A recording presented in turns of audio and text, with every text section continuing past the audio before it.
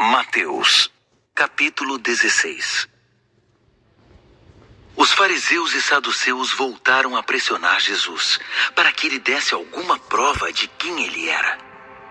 Sua resposta foi: vocês têm um ditado que diz: quando o céu fica vermelho de noite, o marinheiro fica contente. Quando o céu fica vermelho de manhã, o marinheiro fica alerta. Se para vocês é fácil a previsão do tempo, por que tem dificuldades para interpretar os sinais dos tempos? Esta geração má e devassa está sempre em busca de sinais e maravilhas. No entanto, o único sinal que terão é o de Jonas. Dito isso, deu-lhes as costas e foi embora. No trajeto até o outro lado do mar, os discípulos perceberam que haviam esquecido o pão. Aproveitando a oportunidade, Jesus aconselhou-os: fiquem de olho no fermento dos fariseus e saduceus. Pensando que ele os repreendia por haverem esquecido o pão, começaram a culpar um ao outro. Percebendo o que se passava, Jesus perguntou: por que estão discutindo por haverem esquecido o pão?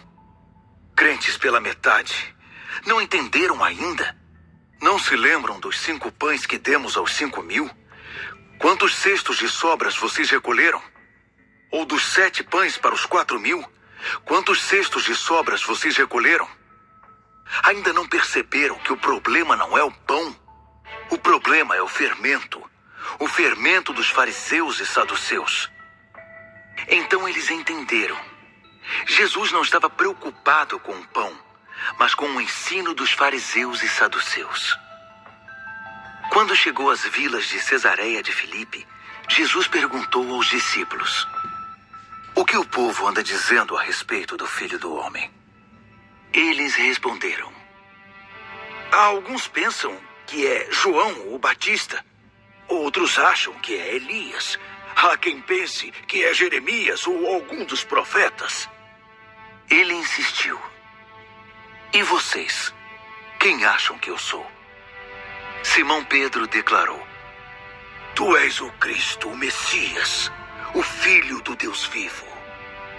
Jesus afirmou: Deus o abençoe, Simão, filho de Jonas. Você não retirou a resposta dos livros, nem citou algum professor. Meu Pai no céu, o próprio Deus, revelou a você o segredo sobre quem sou de fato. Agora vou dizer quem você é de verdade. Você é Pedro, uma pedra. Essa é a pedra sobre a qual vou edificar minha igreja. Uma igreja tão exuberante e tão cheia de energia que nem as portas do inferno serão capazes de obstruir seu avanço. E isso não é tudo. Vocês terão acesso livre e total ao reino de Deus e chaves para abrir qualquer porta, sem mais barreiras entre o céu e a terra e o céu. Um sim na terra é um sim no céu. Um não na terra é um não no céu. Ele exigiu o segredo dos discípulos. Fez que prometessem não contar a ninguém que ele era o Messias. Jesus deixou claro aos discípulos que precisava ir a Jerusalém. Ali haveria de sofrer nas mãos dos líderes do povo, dos sacerdotes e dos líderes religiosos, e seria morto. Mas no 3º dia iria ressuscitar. Pedro segurou-lhe o braço, protestando: impossível, mestre! Não pode ser! Jesus, porém, ficou firme. Pedro, saia do meu caminho. Fora, Satanás! Você não tem ideia de como Deus trabalha. Então Jesus orientou os discípulos: quem quiser seguir-me tem de aceitar minha liderança. Quem está na garupa não pega na rédea. Eu estou no comando. Não fujam do sofrimento. Abracem-no. Sigam-me e eu mostrarei a vocês como agir.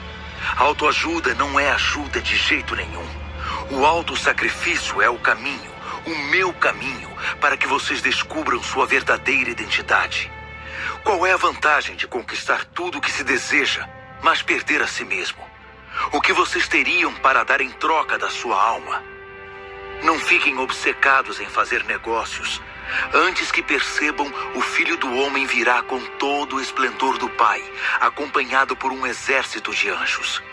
Então vocês obterão tudo o que sempre desejaram. Não é sonho. Alguns de vocês aqui verão tudo isto acontecer. o Filho do Homem vindo na glória do reino. Mateus, capítulo 17. 6 dias depois, 3 dos discípulos viram isso acontecer. Jesus levou Pedro, Tiago e João a um alto monte. Ali, sua aparência mudou diante deles. Um brilho intenso emanava de seu rosto. Suas roupas pareciam banhadas em luz. De repente, eles perceberam que Moisés e Elias estavam ali também, conversando com Jesus. Então Pedro interrompeu a conversa. Mestre, que grande momento! Que tal se eu construísse 3 memoriais aqui na montanha? Um para o Senhor, um para Moisés e um para Elias. Enquanto ele falava, uma nuvem brilhante os envolveu. E da nuvem ouviu-se uma voz. Este é o meu filho, marcado pelo meu amor e alegria da minha vida.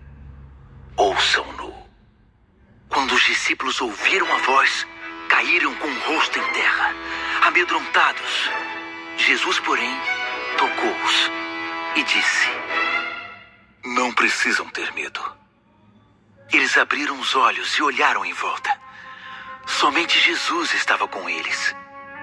Enquanto desciam a montanha, Jesus os fez prometer que guardariam um segredo. Não digam nada a ninguém sobre o que vocês viram, até que o Filho do Homem se levante dos mortos. Os discípulos fizeram uma pergunta. Por que os líderes religiosos dizem que Elias tem de vir primeiro? Jesus explicou. Elias vem para deixar tudo pronto. A verdade, porém, é que Elias já veio, mas eles não o reconheceram. Eles o desprezaram, assim como irão tratar o Filho do Homem. Foi aí que os discípulos entenderam que ele falava de João, o Batista. Ao sopé da montanha, uma multidão os aguardava. Enquanto se aproximavam, um homem saiu do meio do povo e ajoelhou-se implorando. Mestre, tem misericórdia do meu filho. Ele tem acessos de loucura e sofre terrivelmente com as convulsões. Às vezes cai no fogo, outras vezes no rio. Eu o trouxe aos teus discípulos, mas eles não puderam fazer nada. Jesus suspirou. Mas que geração! Vocês não conhecem Deus e são muito maus. Até quando vou ter de aguentar esse tipo de coisa? Quantas vezes ainda vou ter de passar por isso? Tragam o menino aqui. Ele ordenou que o demônio que o afligia saísse. E o demônio foi embora. Na mesma hora, o menino ficou bem. Quando os discípulos ficaram a sós com Jesus, eles lhes perguntaram: Por que não podemos expulsá-lo? Porque vocês ainda não levam Deus a sério. Foi a resposta. A verdade simples é que se vocês tivessem fé, pequena como uma semente de mostarda, poderiam dizer a esta montanha: saia daqui, e ela sairia. Não haveria nada que vocês não pudessem enfrentar. De volta a Galileia, Jesus declarou: O Filho do Homem está para ser traído por gente que não quer nada com Deus. Eles o matarão, mas 3 dias depois, ele aparecerá, vivo.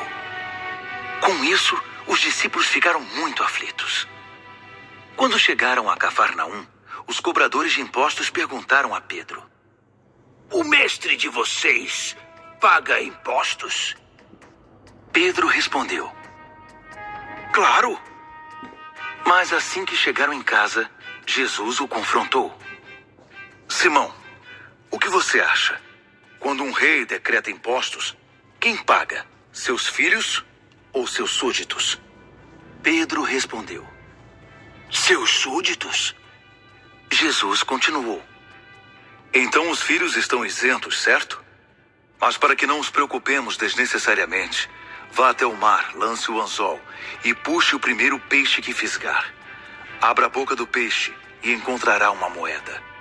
Entregue aos cobradores de impostos. Será o bastante para nós 2. Mateus, capítulo 18.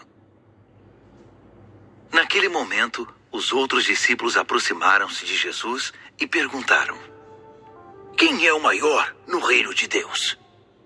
Como resposta, Jesus chamou uma criança para o meio da sala e disse: digo a vocês de uma vez por todas, que se não começarem do princípio como crianças, não terão a chance nem de ver o reino, muito menos de entrar nele. Quem se tornar simples de novo como esta criança, será o maior no reino de Deus. Além disso, quando vocês recebem os que se fizeram crianças por minha causa, é como se estivessem recebendo a mim. Mas se vocês os prejudicarem, intimidando-os ou tirando proveito da simplicidade deles, logo irão desejar nunca ter feito isso. Seria melhor que vocês se jogassem no meio do mar com uma pedra de moinho amarrada ao pescoço. Ai do mundo que causa aborrecimento a essas crianças que creem em Deus. As dificuldades são inevitáveis, mas vocês não precisam piorá-las. Se o fizerem, será o dia do juízo para vocês. Se sua mão ou seu pé os atrapalha na caminhada de Deus, é melhor cortar e jogar fora. É preferível viver mutilado ou aleijado do que ter 2 mãos e 2 pés que o levem para a fornalha de fogo eterno. Se seu olho desvia sua atenção de Deus, arranque-o e jogue-o fora. É preferível viver com apenas um olho do que ter uma visão perfeita no fogo do inferno. Tomem cuidado para não tratar com arrogância um único desses que são como crianças. Vocês devem saber que os anjos deles estão em contato permanente com meu Pai no céu. Prestem atenção. Se alguém tem 100 ovelhas e uma delas se perde, não deixará ele as 99 para ir atrás da que se perdeu? Quando a encontrar, não ficará mais satisfeito por causa dela que pelas 99? O Pai de vocês no céu sente o mesmo. Ele não quer perder nenhum desses crentes simples.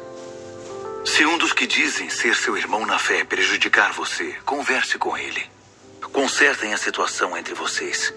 Se ele ouvir, você fez um amigo. Se não ouvir, tome 1 ou 2 pessoas para que a presença de testemunhas torne o ato legítimo e tente de novo. Se ainda assim ele não ouvir, leve o caso à igreja. Se ele também não ouvir a igreja, comece do zero, tratando-o como um descrente. Alerte-o da necessidade de arrependimento e ofereça outra vez o amor perdoador de Deus. Levem isto muito a sério. Um sim na terra é um sim no céu. Um não na terra é um não no céu. O que vocês dizem um ao outro é eterno. Estou falando sério. Quando 2 de vocês concordam em algo e oram por isso, meu Pai no céu entra em ação.